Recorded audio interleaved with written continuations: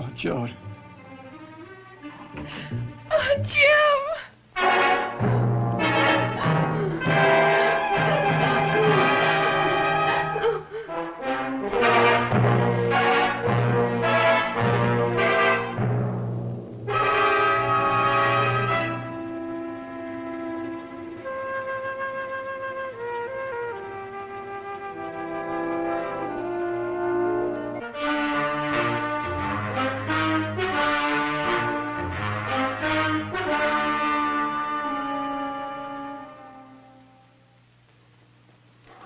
All right, Mr. Evans, if you'll just sign that report, please.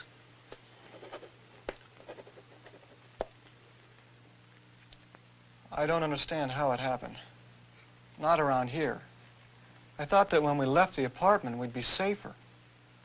Well, Mr. Evans, actually, you made out better than most.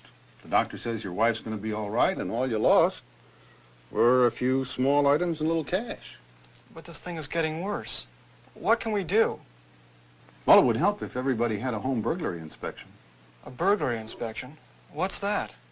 Oh, it's just a walk-around inspection to check your home for protection against burglary. Many police departments all over the country today are offering home security inspections on request. Would you do that for me? I'd be delighted. What's a good time for you? I'll have Thursday afternoon off. Would that be all right? How about 2 o'clock? Fine. You're on. Thank See you you. Thursday at 2. All right, bye-bye. All right, let's begin with an inspection of your door locks. Well, I had this deadbolt on the door, but it didn't do a bit of good. Well, no lock is proof positive that a burglar isn't going to break in, especially if he has time enough and determination enough. But frankly, this lock gave him very little reason to pass you by. But isn't this a deadbolt? Isn't that what you're supposed to have? Well, yes, but there's a lot of difference in locks.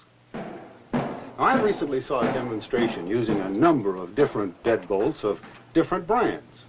The time they resisted attack was measured. Now, as you can see, the quality of a lock has a great deal to do with its degree of protection. Only one lock was able to resist this treatment for any length of time. As a matter of fact, the fellow performing the test finally gave up. But how can you tell a good deadbolt? Well, they all look alike to me. Well, strength is a primary consideration. Let me see that lock there, will you, please? Thank you. There you go. Hold that for me. Thank you. Now, the lock interior should be made of brass or bronze, machined from solid bar stock. The two halves are called trims, and they're held together by 2 attaching screws. On most deadbolts, these screws thread into posts that are part of the body of the lock. It is these posts that usually are broken by the burglar. That's what happened to your old lock. In a good deadbolt, the screws pass through the inner trim of the lock, through the latch, and thread directly into the exterior body of the lock. The screws themselves should be made of hardened steel with a minimum size of 1/4 inch. Now, for even greater strength, the screws pass through a steel plate. This plate prevents pulling the screws through the outer rim. The protective cylinder guard ring should be tapered and machined from solid bar stock. The bolt itself should have a throw of at least 1 inch. It should have a free-turning, case-hardened steel roller inside to prevent cutting with a hacksaw. When fitted together, the attaching screws are concealed to prevent easy removal. And there you have a good deadbolt. What about knobs that use keys like this one? Oh, well, there are several good key-in-the-knob type locks. Let me show you.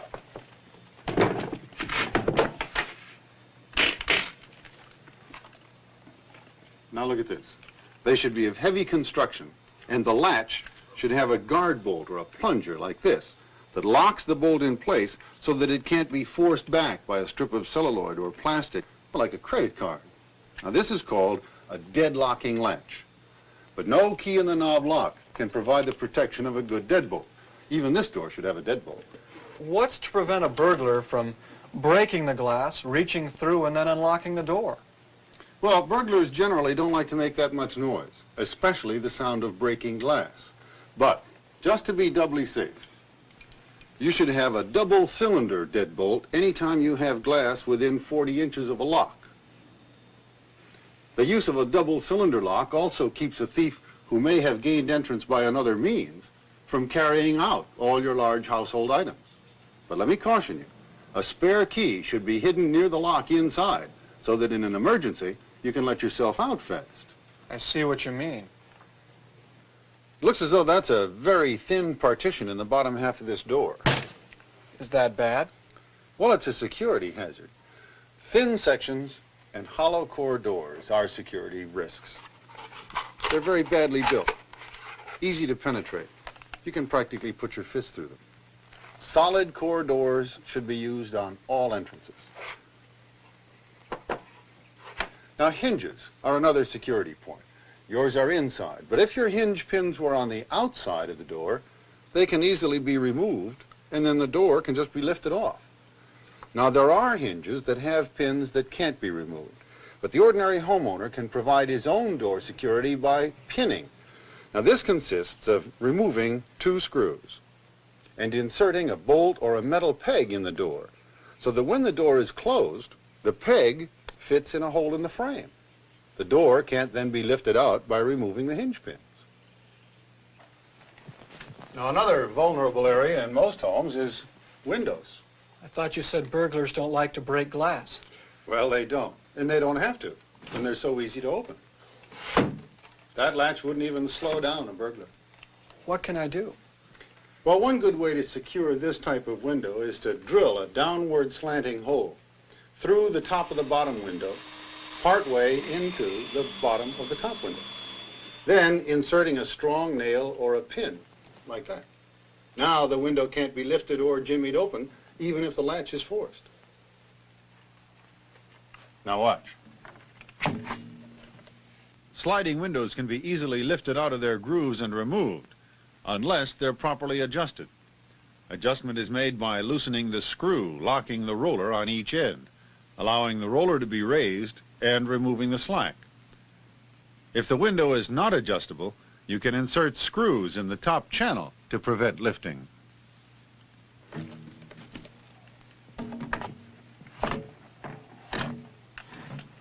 Never leave a window partially open. It allows a burglar to use a prying tool, and even a blocked window may not be able to stand up to that kind of pressure. Now, there are several commercially made blocking devices and locking devices for sliding glass doors and windows. Police departments don't like louvered windows. They're too easy to penetrate, even when they're locked.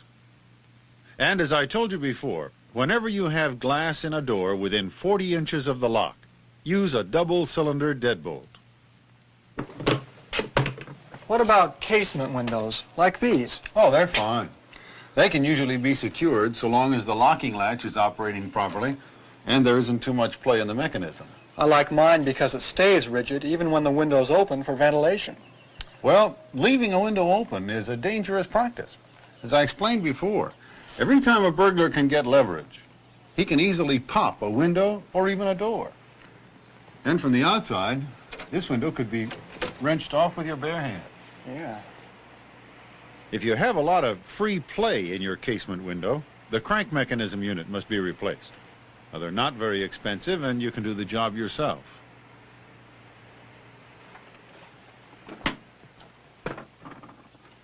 You know, the sliding glass door is one of the most difficult areas to secure because it has all the features of a door and a window. Well, now, I thought of that already. I put this bar in so the door couldn't be forced open.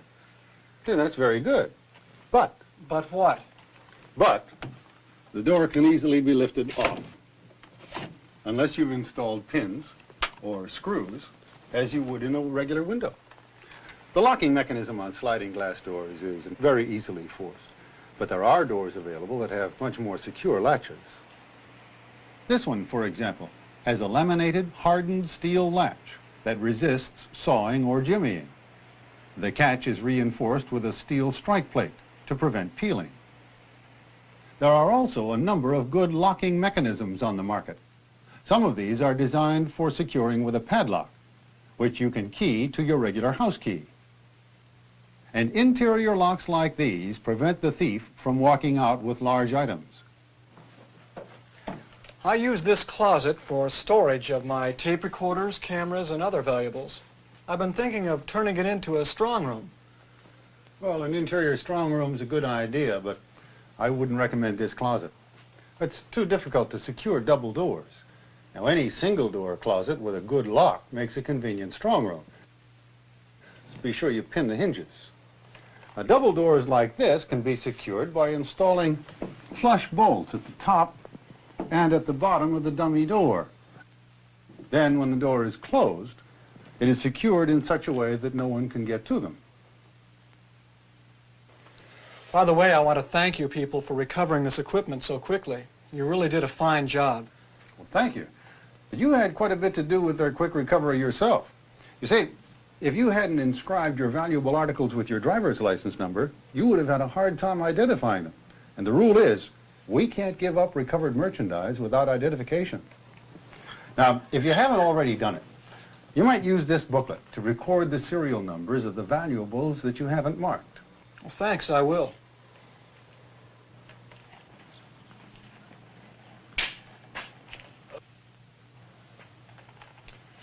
Now, most people don't realize it, but a garage is an extremely vulnerable area to burglary.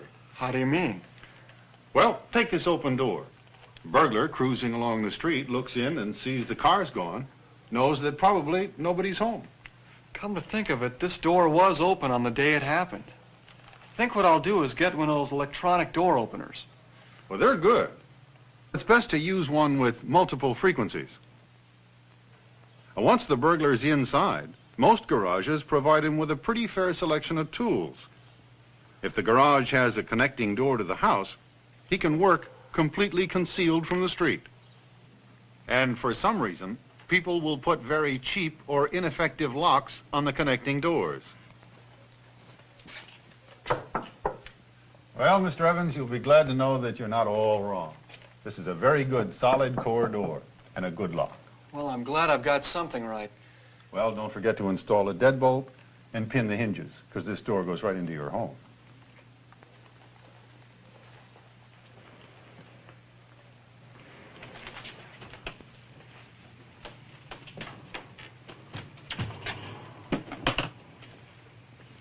Well, the next thing on the list is padlocks. Padlocks. Yes, almost everybody has padlocks someplace around the house. I notice you have one on your garage door. Well, I'm afraid it isn't a very good one. Well, let's just say it could be better. Now, I told you what makes a good deadbolt. Now let me show you what makes a good padlock. Can you hold that? Several things contribute. The case of a good padlock is made of solid bar stock, so it will resist forcing. The shackle should be made of hardened steel, so it can't be cut or forced. And it should be both heel and toe locking. A pin tumbler makes the lock difficult to pick. A key retaining feature is also good because it prevents removal of the key until you've locked it. But a lock is only as good as its hasp, which should also be made of hardened steel and secured with bolts that can't be forced. If chains are used, they should also be of hardened steel and at least 3/8 of an inch thick.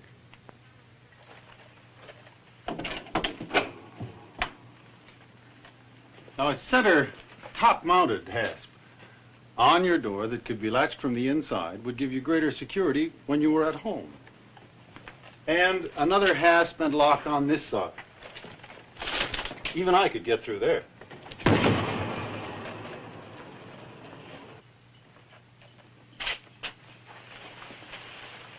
You ought to trim these bushes away from that window there, so a burglar can't work in there without being seen.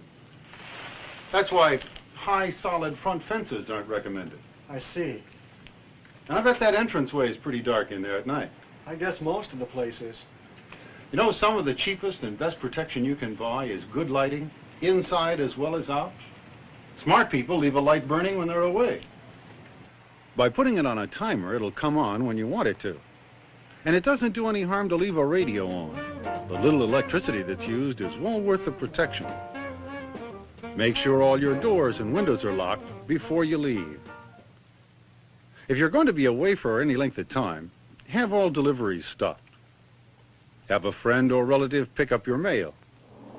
And keep your grass trimmed. Ask a neighbor to keep an eye on your house. You might even leave a key so they can check inside, and perhaps change the position of the shades.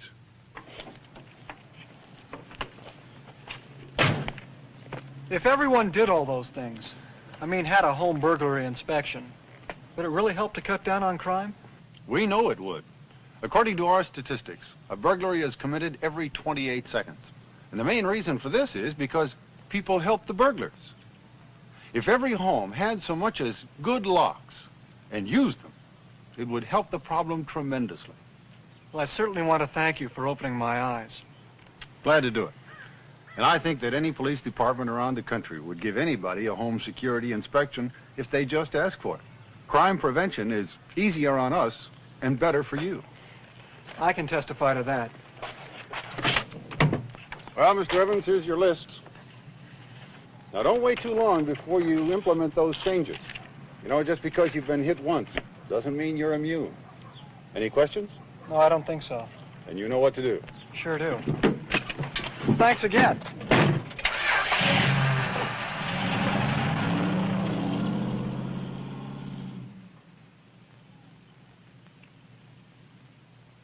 If every home had so much as good locks and used them, it would be of tremendous help. Well, this is one place where a burglar isn't going to get a second chance. That I can guarantee.